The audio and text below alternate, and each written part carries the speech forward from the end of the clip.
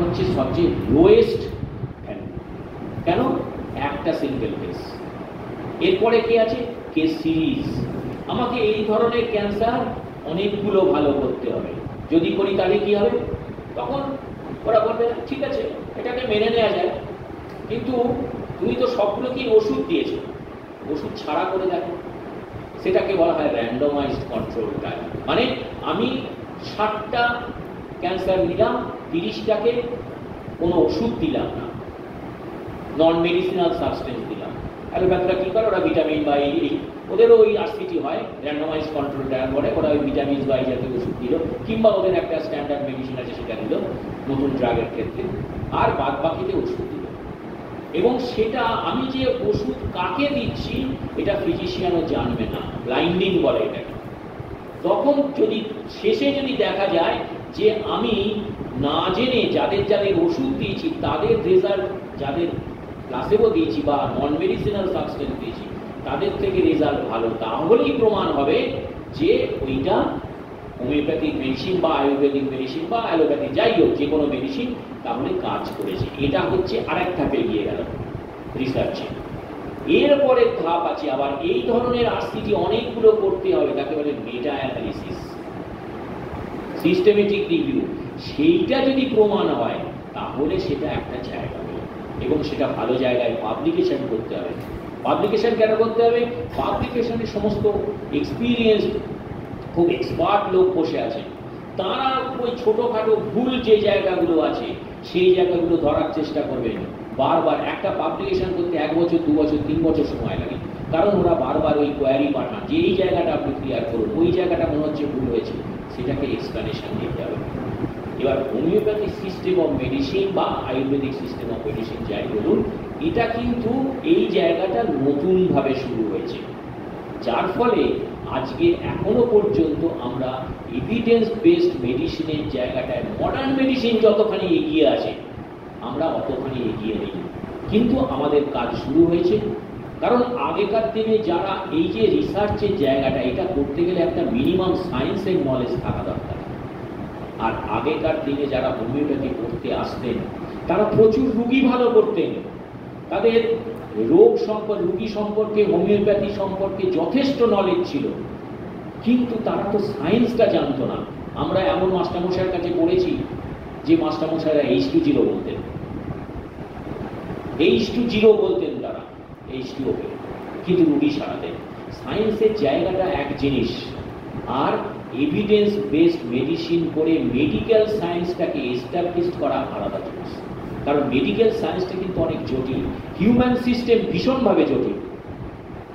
আমি রিসেন্ট আমার বাড়িতে একটা পোষ্য আছে, একজন ওই ভেটেরিনারি ডাক্তারকে একবার ডেকেছিলাম আমি আমার পোষ্যকে চিকিৎসার জন্য। তা উনি আমাকে খুব খোলাখুলি বললেন, দেখুন এটাও সায়েন্স, উনি সার্জেন, BBS MBSc।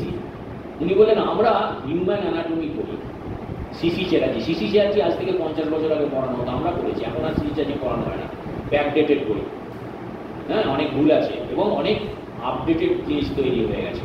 তার মানে এই নয় যে সিসি চ্যাটার্জি খুব বাজে লোক ছিলেন, সিসি চ্যাটার্জি যথেষ্ট নলেজ ছিল, তার যথেষ্ট পণ্ডিত মানুষ ছিলেন, সায়েন্স এটাই। তা যাই হোক, তিনি বললেন আমরা হিউম্যান অ্যানাটমি করি।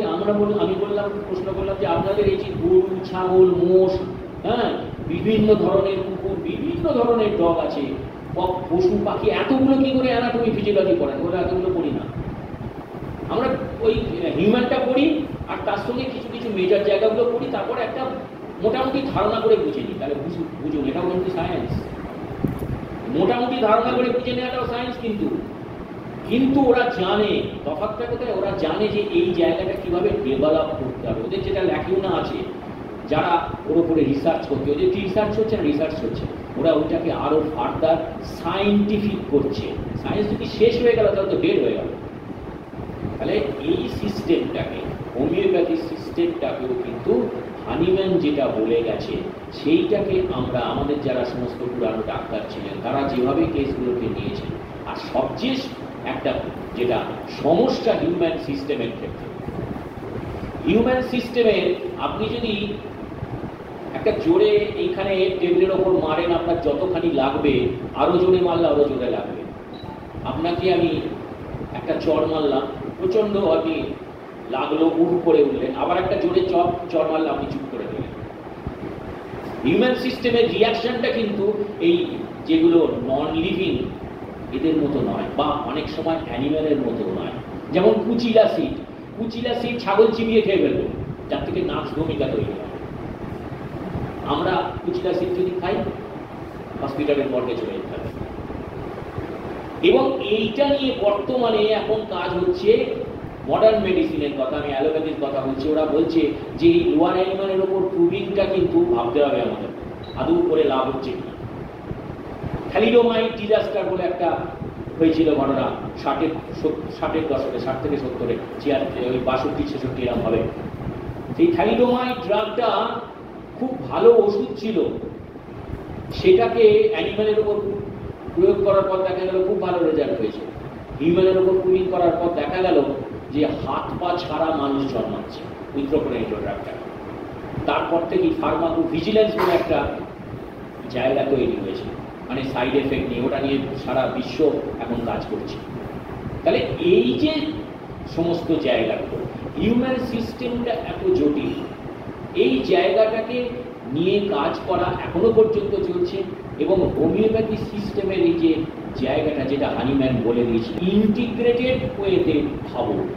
আজকে মডার্ন মেডিসিন বলছে কি যে integrated system of medicine, holistic man থেকে ইন্টিগ্রেটেড সিস্টেম অফ মেডিসিন আজকে সারা বিশ্বে চালু। আমাদের ওয়ার্ল্ড হেলথ অর্গানাইজেশন এই আয়ুষ সিস্টেমটাকে রেকগনাইজ করেছে। তারা বিভিন্নভাবে এই গুজরাটে বিভিন্ন কারখানা তৈরি করছে, সেন্টার